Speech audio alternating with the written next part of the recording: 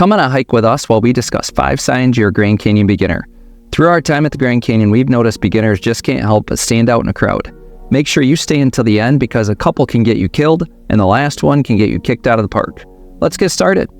First-time visitors need to ask a lot of questions before they visit the Grand Canyon. As a beginner, we had no idea how much wildlife we would see. But being an animal lover and the Grand Canyon is a dangerous and possibly deadly exercise. So while we're hiking Bright Angel Trail, the first question you should ask is, how should I treat animals when at the Grand Canyon?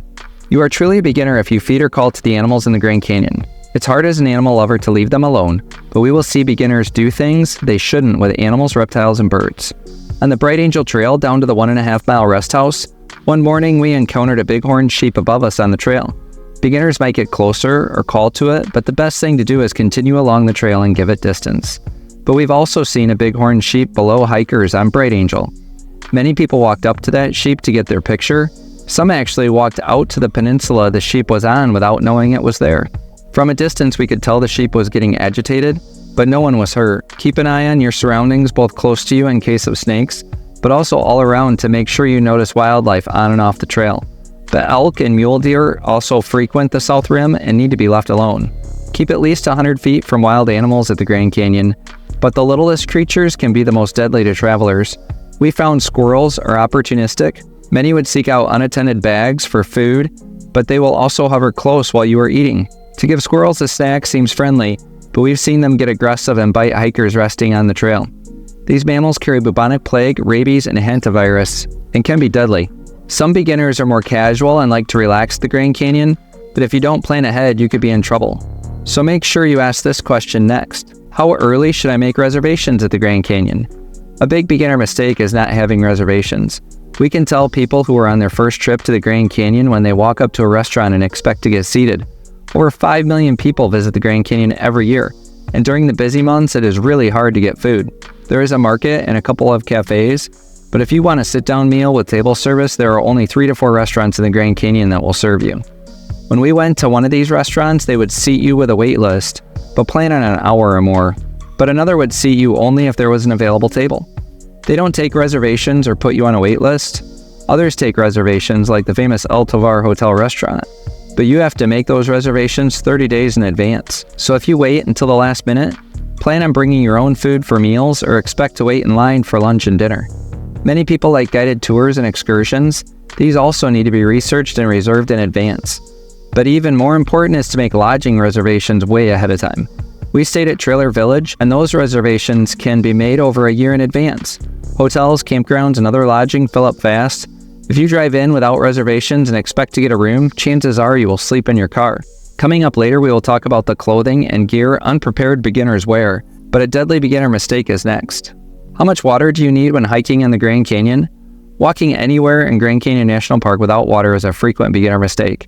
But hiking down into the canyon like we are now on South Kaibab Trail without water can be deadly. The park does get rain, about 17 inches of rain each year, but it can still be dry and hot, sapping you of hydration. Walking along the rim can be deceiving.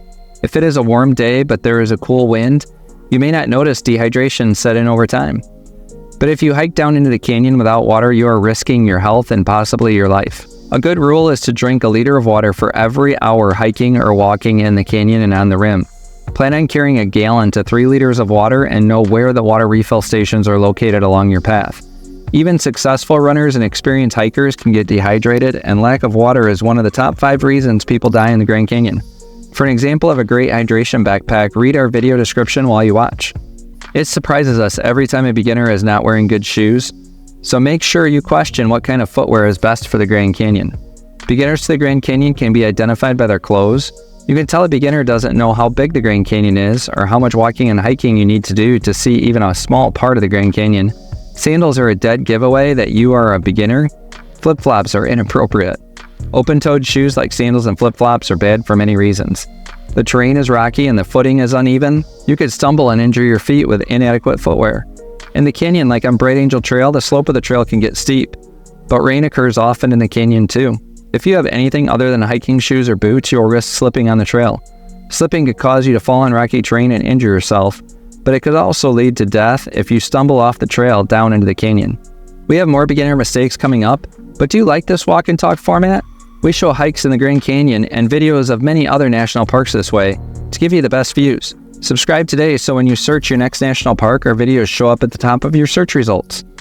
We'll get back to clothing in a minute, but hiking in a canyon where a little trip or stumble can send you careening 400 feet to your death comes with some risk. So, what are some of the important hiking rules in the Grand Canyon? Beginners will not follow hiking rules.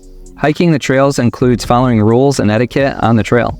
Beginners can be spotted when they don't yield to hikers returning to the rim. Hiking uphill takes at least twice as long as hiking down into the canyon. But hikers with large overnight packs are tired from trips to the bottom of the canyon. They usually still have a long climb ahead of them, and when hikers get in the way, it slows their ascent and makes them exert more energy that they might need to finish their hike. The trails are much busier closer to the rim, and these hikers need to be given space. They've earned it, but mule trains also need to be given passage. Beginners, though, don't know this rule. They don't know where to go when mules are on the trail, and they don't know how they should act. Hikers yield to all mule trains going into and out of the canyon. Hikers are to stand flat against the hillside of the trail and let the mules travel the canyon side. But it is also important to stop hiking, stay still, and if you are talking, speak in a calm voice. So to help you enjoy a good experience in the Grand Canyon, you should ask this question.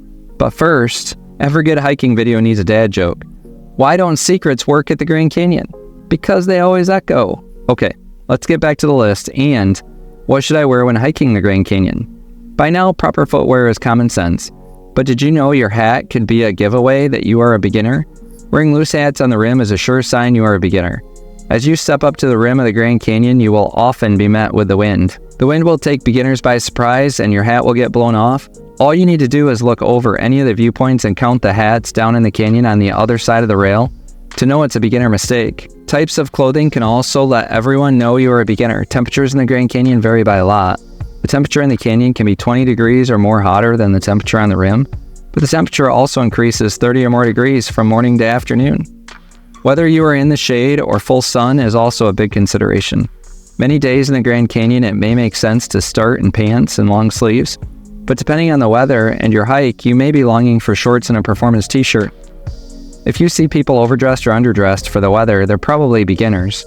If you would like gear recommendations for day hiking in the Grand Canyon, be sure to read our video description for examples of day packs, rescue rope, first aid kits, and more.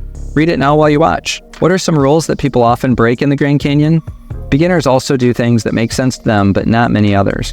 While hiking the trails, you may come across interesting rocks or other artifacts. Beginners will pick these up and put them in their pockets or backpacks to take them home with them. If they do this on the way down, they'll regret it when hiking back up to the rim, but it is also against park policy.